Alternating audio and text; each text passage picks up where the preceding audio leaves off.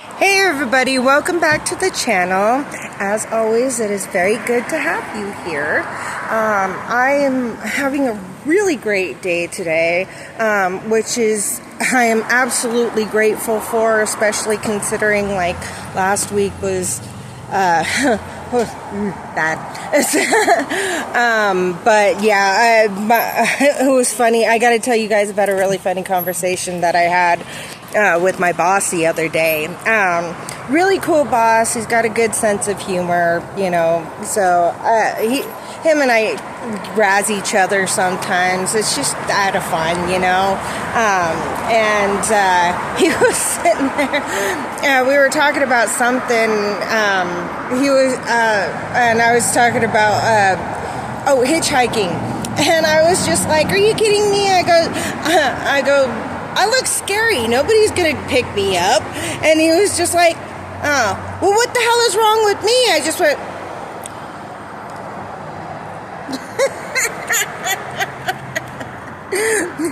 he goes, "I know what's wrong with me." I was like, "Okay, good, because we ain't got the time to get into that. I'm just saying."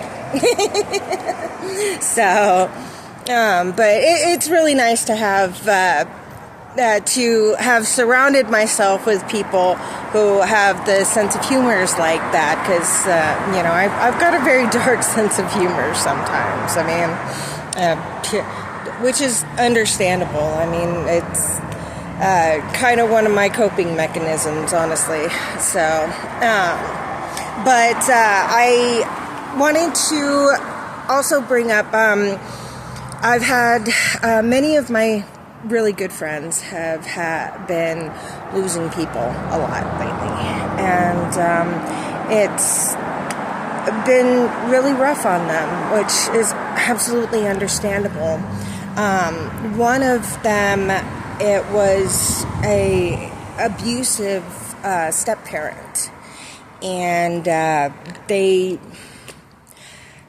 they called me because they were kind of having like mixed feelings about it, of course, you know. And I told them, of course you're having mixed feelings, you know. We're very complex beings and we have very complex emotions, but we are allowed to feel two completely different feelings at the same time, you know. As I've said before, you're allowed to love them and hate them at the same time for different reasons. I mean, that's kind of one of the things that life is about, you know, understanding that we're human, we're going to make mistakes, you know, and many parents especially, I mean, it's not like kids come with a handbook, you know. That was one of the things that my late husband and we did. We told our kids, you know, we really don't have healthy parents to, you know, as guides. So we really don't know what we're doing, but we're just doing the best that we can. And, you know, we're taking each situation individually. We're not basing it, you know. I think that was one of the things that really helped with my kids, actually helped my relationship with my kids, especially after I, you know, basically went insane, as I call it, and I went down the rabbit hole and, you know, fell into drugs and such, and was just really not in a healthy place. And when I came back, you know, I told them, I said, I am sorry. And that's all I can really say. I can make excuses and try to justify my actions, but the truth of it is, I was in a bad place and I didn't make the best of decisions, and I'm sorry for that. But I am back, and I'm going to stay sober, which I have, you know, and, you know, I will work to regain your trust and your love. And that's But the thing that really helped was not holding somebody's past against them. Aaron Doughty says that you are not the same person that you were even a minute ago, because you've grown, you've learned since that minute. Imagine years of learning, growing, things like that. But if more parents were able to admit that, both to their kids and to themselves, I honestly think it would strengthen a lot of relationships out there. So, one of the things that I wanted to, or that I told them, was from this book. When I read this, I thought this was perfect for kind of what she was going through. So, I was also quite aware that even the angriest and most difficult patients, very shortly before death, began to relax deeply, to have a sense of serenity around them. And they were pain-free, in spite of having cancer-filled bodies. Also, the moment after death occurred, their facial features showed an incredible sense of peace, equanimity, and serenity, which I could not comprehend, since it was often a death that occurred in a state of anger, bargaining, or even depression. I found that to be very, very comforting. Just knowing that you get that deep sense of peace, no matter how angry or hurt you are. That really did help. Especially in my case, with the guilt that I felt around all of their passing, even some of my family members and things. I felt a deep sense of guilt. I wish I would have called, or I wish I would have been around more often, or maybe if I would have done this or this or this differently. Honestly, the outcome is still the same. Before my second late fiance, Dusty, passed away, I pretty much saved his life like 5 different times by forcing him to go to the hospital.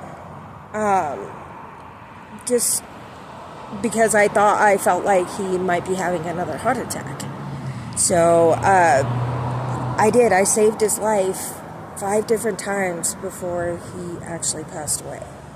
And it just kind of reminded me of that movie, The Time Machine. How in the beginning he keeps going back in time to save his fiance's life, and she winds up dying in an even more horrific fashion. So there's nothing you can do. Honestly, is what I believe, that if it's your time, it is your time. And, there's really nothing that can change that. But, the comfort is that if it's not your time, it's not your time yet, so keep going. But that requires quite a bit of faith in both yourself and the idea that, there is a plan in place. While the details may change, the important things are pretty much destined to happen. And I don't know, that kind of gives me a bit of a sense of comfort. But, the main message that I had to her with that was, maybe they will find a sense of peace in their, you know, upcoming, when they pass away. And so I was trying to emphasize that try not to feel guilty about feeling a sense of relief at their passing, because in a sense you are kind of hoping for them to find peace.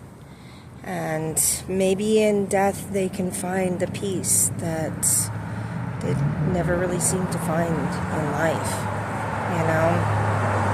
I mean, hopefully, at least. So, you know, I told her as far as like the abuse and things like that, because, you know, seeing, just like with the funerals that I've had to go to, you know, seeing your family and seeing some people might bring back a little bit of a few flashbacks in that instance, and you gotta try not to take it personally. Honestly, you know, you didn't deserve the abuse that you went through. I know I didn't deserve the abuse that I went through. And so it kind of comes back to what people think of you has nothing to do with you and everything to do with them. You know, it wasn't anything that you did. You did not provoke it, you know, despite what they say, because a lot of predators will try to, you know, convince you that this is your fault. But it's not. Please keep that in mind. This was not your fault, and it has nothing to do with you. It has everything to do with them. So, if you like my style, like and subscribe, and if you have any questions or comments or anything like that, I did want to ask if you guys would be interested in learning more self-defense moves. I know in one of my previous videos I was talking about how to hold keys, especially in a parking lot alone at night. You know, if you got that gut feeling, trust your gut. You pretend to answer the phone, to pretend to be, you know, anything. Just follow your gut, okay? Trust yourself, please. You are not being too sensitive. There's a reason that you've got that sense, okay? But, yeah, let me know. And we'll talk to you later. Have a good one.